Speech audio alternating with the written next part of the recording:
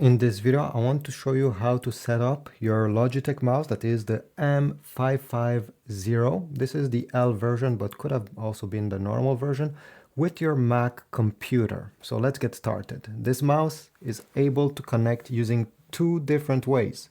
The first way is using a USB dongle, the way that you're going to find right over here. Now, most Macs these days, including this MacBook Air, don't have any USB Type A ports.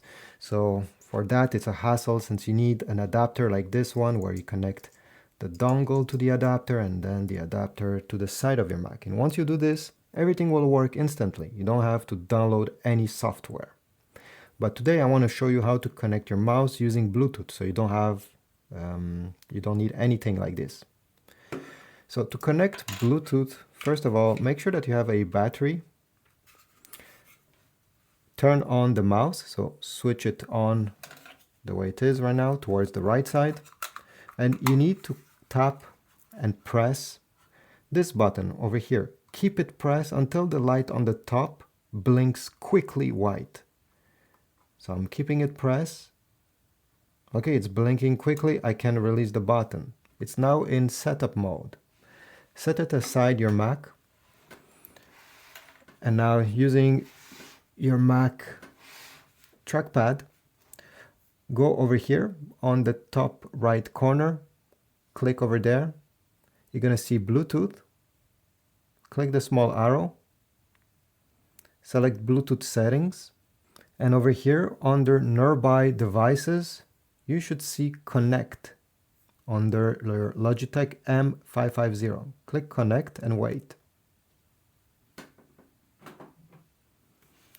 Okay, it has been connected, you see, and the good news is that you can even see the battery percentage left inside.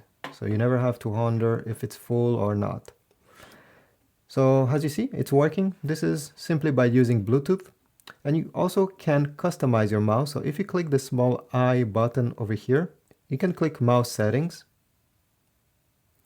And here are all the settings you can change. So the tracking speed, the natural scrolling, so if you want to invert it, the double clicking speed, the scrolling speed, all of these things. You can even click advanced to get more things, but in this case it's just this other option.